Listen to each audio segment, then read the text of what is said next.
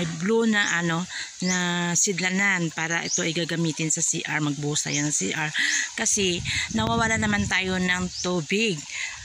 Ganyan kasi dito, El Nino kasi kaya at hindi lang ito ang purpose namin. Itong tubig na ito ay galing ito sa kanal. Ayan, ginamitan lang namin ng hose, connect dito sa kanal. At saka, kung may kanal dito din na mayroong tubig. Kaso dito kasi, parang direct siya eh. Andoon naman, yung kinukuhaan namin ng tubig papunta dito, may salaan siya. May drain siya. Umbaga pa, yung mga sagbot doon, inaharangan kasi mayroon siyang drainage. Kung baga sa atin, parang may salaan siya. Kaya medyo malinis ang tubig natin dito pagdating dito sa atin. At hindi lang ito. Hindi lang sa pagbubuhos ng CR ang ginagawa natin dito, kundi at babasain natin ang ating lupa para pag magwalis tayo ay hindi masyadong maalikabok kasi makapal ang alikabok dito. Ito, nabasa ko na ito ng tubig. Kaso tingnan nyo, after a minute, unti-unti naman siya matutuyo at mag-form into alikabok. Ayan.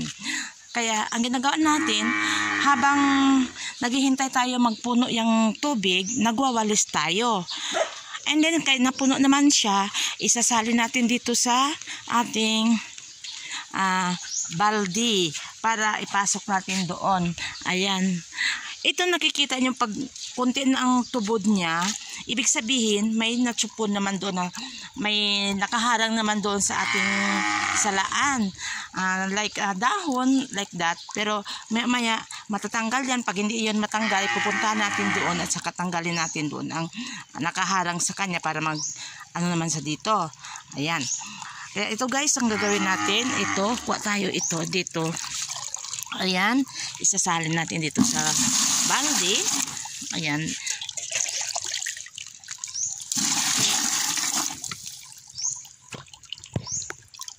Ngayon, puno na ating balde. Takpan natin ito na maliit na planggana para hindi ito siya matapon pag ito ating hihilahin ang ang gulong. Ayan. Punta na tayo doon sa ating isang paglagayan ng tubig. Ayan. Ito ang ating paglagayan ng tubig para sa CR. Ayan. Isasalin natin dito. Ano na ito eh? 3 balde na itong pinasok ko dito. Ayan.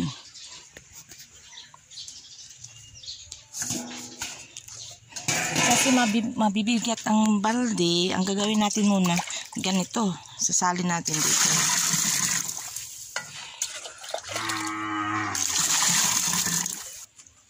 Ayan. Ngayon, babalik naman tayo doon sa ating planggana na mayroong tubig. Kukuha ulit tayo ng tubig dito sa ating planggana at ilagay dito.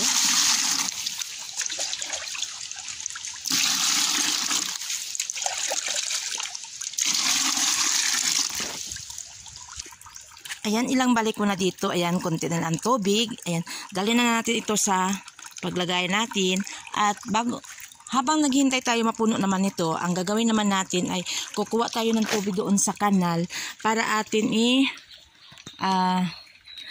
kusilong ko pa, isabyat sa lupa doon sa likod ng bahay para mawalisan yon kasi makapal ang alikabok. Although, sabyan ako doon, kaso simple ang ating trabaho ay hindi pa isa-isa.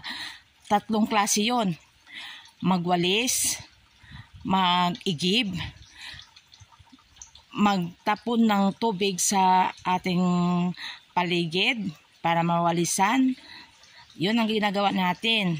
Ibig sabihin, sa Ilonggo pa, magsag-ob ta ng tubig, ibutan dito sa bulutangan sang para sa banyo, kag magbuhos ta ng tubig, magsabyat ta ng tubig sa lupa para masiligan natin para makuha ang mga dagas na dahon.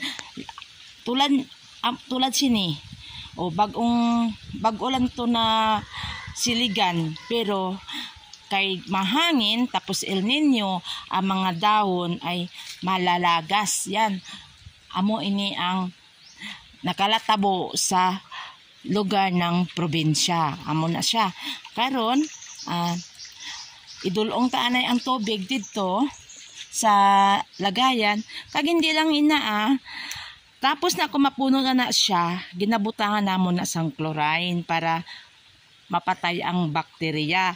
Ina pang buhos lang na, hindi na siya pang hugas sa puwet naton kung magdumita o maghugas sa something kay may chlorine man na siya, di ba?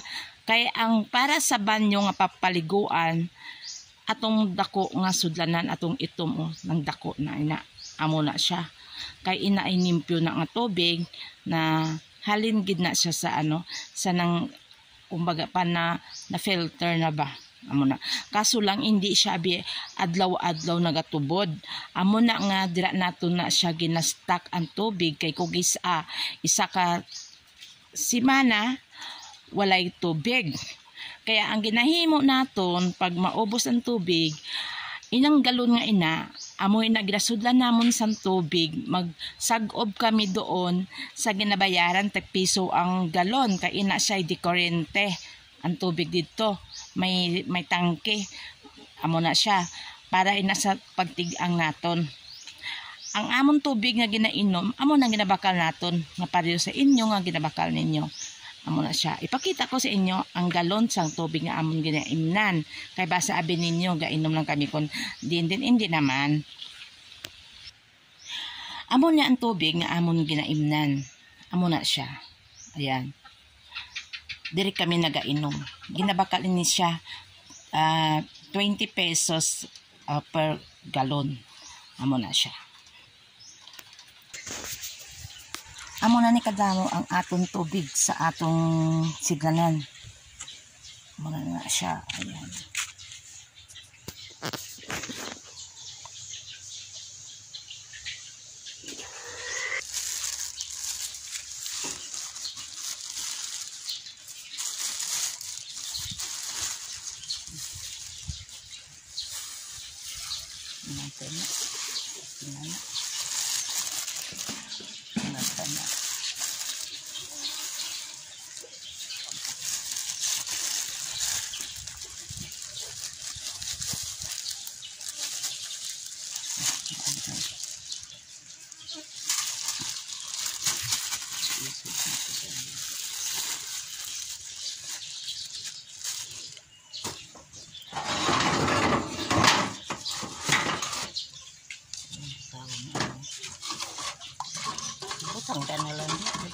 Pwede man ibutang dama.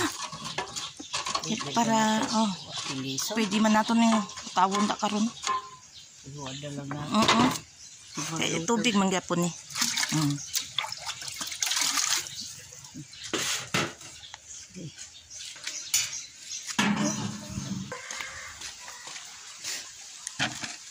Amo ni ang kanal sa sagwas ang among gate, kusog ang tubig sa kanal. Magkuha tabi tubig kay atong isabya sa atong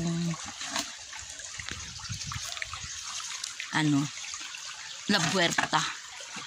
Uod sa dam sa Ilonggo, uod sa dam. Tayo dito.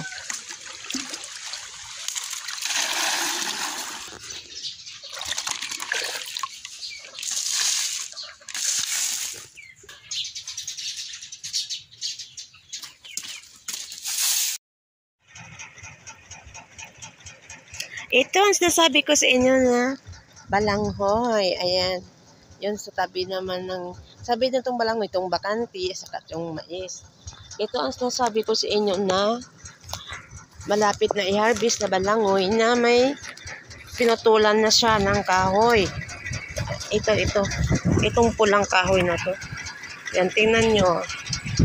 Mag-harvest kasi, puputulan na ito ng kahoy. Ayan kita nyo to.